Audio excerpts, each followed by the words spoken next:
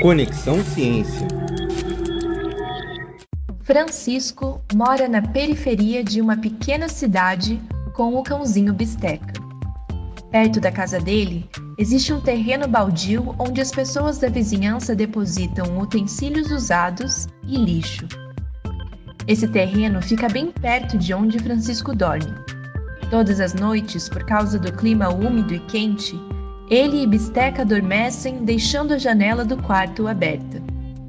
Um dia, Francisco acordou com uma pequena elevação avermelhada na pele do seu braço, que foi aumentando até se tornar uma ferida recoberta por uma crosta e secreção com pus. Preocupado com a ferida que não cicatrizava, foi procurar o posto de saúde mais próximo de sua casa. Descobriu que estava com leishmaniose. Daí surgiram as perguntas. Como ele contraiu a doença? Tem alguma coisa a ver com a situação do terreno baldio do lado da sua casa? O que deve fazer agora, sabendo que tem leishmaniose? Como será o tratamento? E o seu cãozinho também corre risco? Saiba tudo na entrevista a seguir. A leishmaniose é uma doença parasitária, o que significa que um parasito, chamado leishmania, que é muito pequeno, só dá para ver no microscópio, causa essa doença. Mas ele é transmitido por um inseto. Isso significa um vetor que leva este parasito até o ser humano. Então, adquirir leishmaniose envolveu a picada de um inseto. E esse inseto é chamado de mosquito palha na população em geral. É um inseto flebotomínio. É um inseto que não é bem um mosquito nem um pernilongo. Ele é um inseto menorzinho. As características dele é que ele tem cores muito claras e quando ele pousa, ele fica com as asinhas abertas, mas é muito pequeno. Ele tem de 3 a 5 milímetros de tamanho. O mosquito palha, ele é o vetor principal, este flebotomínio, para transferir o parasito de uma pessoa ou de um outro animal que esteja infectado com a leishmania ou que seja reservatório para aquela pessoa. Então, sim, a gente adquire esta doença por meio da transmissão de um vetor da picada do inseto. E de onde vêm, os insetos? Os insetos, eles estão na natureza, na casa deles. O problema é que nós fomos nos aproximando desta natureza, nós fomos desmatando, nós fomos reduzindo a área de árvores, de bosques, de matas, e com isso nós nos aproximamos também deste inseto. Deste modo, esse terreno baldio ou qualquer lugar que haja acúmulo de substância orgânica, folhas, galhos, restos de animais, outros insetos, são os locais preferidos para o crescimento, para o desenvolvimento do flebotomínio. Então, ter um terreno baldio perto de casa é sempre um perigo e é preciso estar alerta para isso. Quando temos o diagnóstico de leishmaniose, veja, é preciso ter o diagnóstico. As lesões, as feridas, elas são observadas pelo médico, observadas nos laboratórios. É preciso fazer um exame ao microscópio para ter certeza de que temos leishmaniose. E quando temos, é preciso tratar.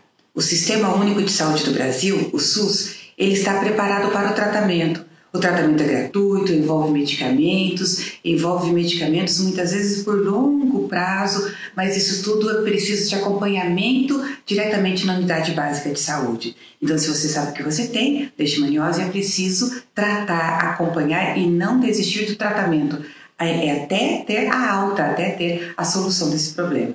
Muitos animais também adquirem a doença. Alguns animais adquirem o parasito, mas não ficam doentes. O que significa que eles não fazem a lesão, não fazem as feridas, não fazem as alterações que a doença causa. Estes animais que não adoecem são principalmente animais silvestres, roedores. Nós poderíamos pensar em ratos, em gambás, marsupiais e outros animais que vivem na natureza. Estes que não adoecem são chamados de reservatórios. Mas os nossos animais domésticos, Os cães, os gatos, eles também podem ter a doença e eles podem ter as lesões. Então, se um flebotomínio, aquele insetinho, pica um animal que está infectado e pica o ser humano, ele vai transmitir essa doença. Da mesma forma do ser humano para o animal. Então o cãozinho corre perigo sim. Mas a boa notícia é que existem duas formas principais de cuidar desse cãozinho, de prevenir a leishmaniose. A primeira são vacinas e a segunda são coleiras, com uma espécie de repelentes químicos que impedem que esse inseto vá picar o cãozinho. Como combater a leishmaniose? Então é preciso muita educação para a sociedade, para que as pessoas estejam alertas a lesões que apareçam na pele, mas também é preciso que a saúde pública esteja atenta quando surgem casos, para que haja ali um acompanhamento que nós chamamos de epidemiológico do número de casos que está acontecendo. E principalmente o combate ao vetor. O que a gente tem de melhor para fazer para evitar a leishmaniose é não termos o inseto.